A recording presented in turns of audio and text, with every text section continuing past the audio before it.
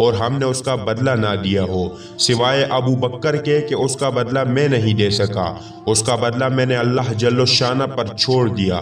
مسجد نبوی میں کھلنے والے تمام دروازے بند کر دیے جائے سوائے ابو بکر کے دروازے کے جو کبھی بند نہ ہوگا۔ آخر میں اپنی وفات سے قبل مسلمانوں کے لیے آخری دعا کے طور پر ارشاد فرمایا، اللہ تمہیں ٹھکانہ دے، تمہاری حفاظت کرے، تمہاری مدد کرے، تمہاری تائید کرے۔ اور آخری بات جو ممبر سے اترنے سے پہلے امت کو مخاطب کر کے ارشاد فرمائی وہ یہ کہ اے لوگو، قیامت تک آنے والے میرے ہر ایک امتی کو میرا سلام پہنچا دینا۔ پھر حضرت صلی اللہ علیہ وسلم کو دوبارہ سہارے سے اٹھا کر گھر لے جایا گیا۔ اسی اثناء میں حضرت عبد الرحمن بن ابی بکر رضی اللہ تعالیٰ عنہ خدمت اقدس میں حاضر ہوئے اور ان کے ہاتھ میں مسواک تھی۔ نبی اکرم صلی اللہ علیہ وسلم مسواک کو دیکھنے لگے لیکن شدت مرض کی وجہ سے طلب نہ کر پائے، چنانچہ سیدہ عائشہ رضی اللہ تعالیٰ عنہ حضور اکرم صلی اللہ علیہ وسلم کے دیکھنے سے سمجھ گئے اور انہوں نے حضرت عبد الرحمن رضی اللہ عنہ سے مسواک لی نبی کریم صلی اللہ علیہ وسلم کے دہن مبارک میں رکھ دی، لیکن حضور اکرم صلی اللہ علیہ وسلم اسے استعمال نہ کر پائے تو سیدہ عائشہ رضی اللہ تعالیٰ عنہ نے حضور اکرم صلی اللہ علیہ وسلم سے مسواک لے کر اپنے منہ سے نرم کی اور پھر حضور نبی کریم صلی اللہ علیہ وسلم کو لوٹا دی تاکہ دہن مبارک اس سے تر رہے۔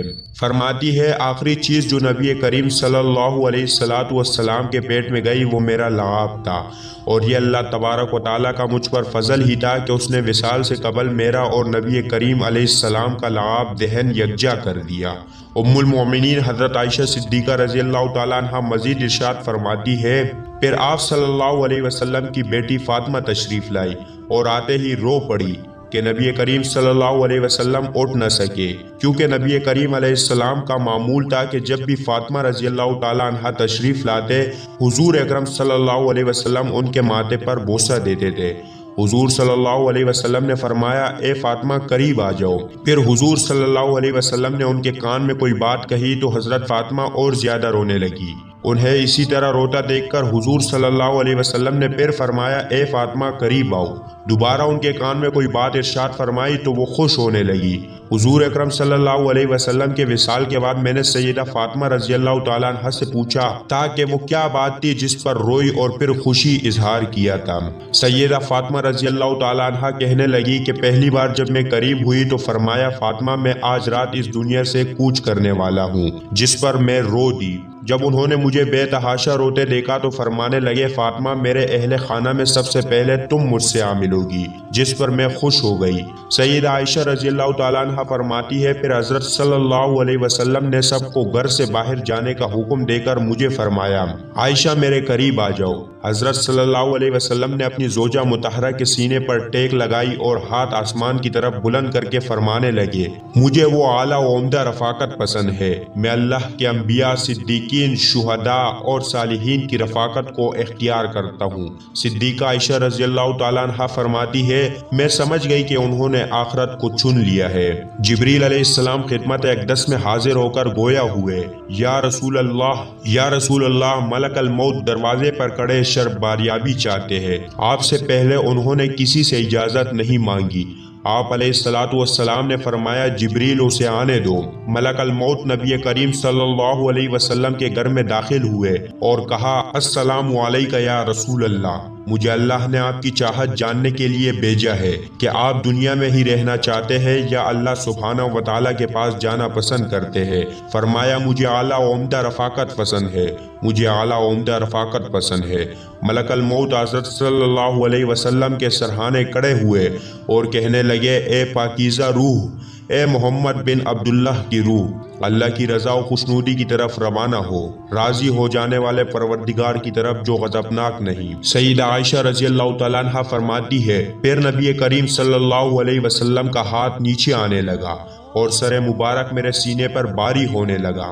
میں سمجھ گئی کہ حضرت صلی اللہ علیہ وسلم کا وصال ہو گیا۔ مجھے اور تو کچھ سمجھ نہیں آیا سو میں اپنے حجرے سے نکلی اور مسجد کی طرف کا دروازہ کھول کر کہا رسول اللہ کا وصال ہو گیا، رسول اللہ کا وصال ہو گیا۔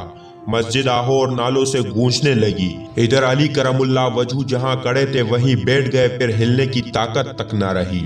ادھر عثمان بن عفان رضی اللہ تعالیٰ عنہ معصوم بچوں کی طرح ہاتھ ملنے لگے اور سیدنا عمر رضی اللہ تعالیٰ عنہ تلوار بلند کر کے کہنے لگے، خبردار جو کسی نے کہا رسول اللہ صلی اللہ علیہ وسلم وفات پا گئے ہیں، میں ایسے شخص کی گردن اڑا دوں گا۔ میرے آقا تو اللہ تعالیٰ سے ملاقات کرنے گئے ہیں، جیسے موسیٰ علیہ السلام اپنے رب سے ملاقات کو گئے تھے۔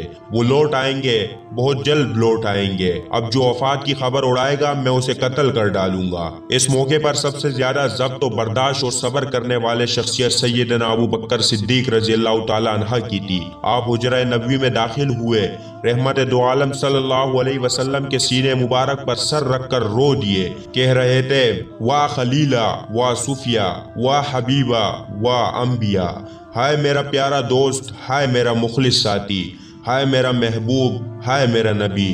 پھر حضرت صلی اللہ علیہ وسلم کے ماتھے پر بوسہ دیا اور کہا، یا رسول اللہ، آپ پاکیزہ جیے، اور پاکیزہ ہی دنیا سے رخصت ہو گئے۔ سیدنا ابو بکر رضی اللہ تعالیٰ عنہ باہر آئے اور خطبہ دیا، جو شخص محمد صلی اللہ علیہ وسلم کی عبادت کرتا ہے سن رکھے حضرت صلی اللہ علیہ وسلم کا وصال ہو گیا، اور جو اللہ کی عبادت کرتا ہے وہ جان لے کہ اللہ تعالیٰ شانہ کی ذات ہمیشہ زندگی والی ہے، جسے موت نہیں۔ سیدنا عمر رضی اللہ تعالیٰ عنہ کے ہاتھ سے تلوار گر گئی۔ عمر رضی اللہ تعالیٰ عنہ فرماتے ہیں، پھر میں کوئی تنہائی کی جگہ تلاش کرنے لگا جہاں اکیلا بیٹھ کر روؤں۔ حضرت صلی اللہ علیہ وسلم کی تدفین کر دی گئی۔ سیدہ فاطمہ رضی اللہ تعالیٰ عنہ فرماتی ہے کہ تم نے کیسے گوارا کر لیا کہ نبی علیہ السلام کے چہرے انور پر مٹی ڈالوں؟ پھر کہنے لگی، یا ابتاہ اجاب رہا دعا، یا ابتاہ جنت الفردوس ماوا، یا ابتاہ علی جبریل ننعا۔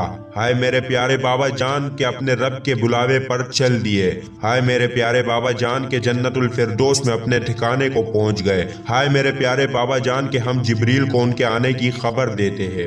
اللہم صلی علی محمد کما تحب و ترضی۔ میں نے آج تک اس سے اچھی ویڈیو اپلوڈ نہیں کی، اس لیے آپ سے گزارش ہے کہ آپ اسے پورا سکون و اطمینان کے ساتھ سنیں، انشاءاللہ آپ کا ایمان تازہ ہو جائے گا، اور ثواب کی نیت سے دوسرے دوستوں کے ساتھ بھی شیئر کریں۔ اللہ تعالیٰ سے دعا ہے کہ اللہ تعالیٰ مرتے وقت ہمیں کلمہ طیبہ کی توفیق دے، آمین۔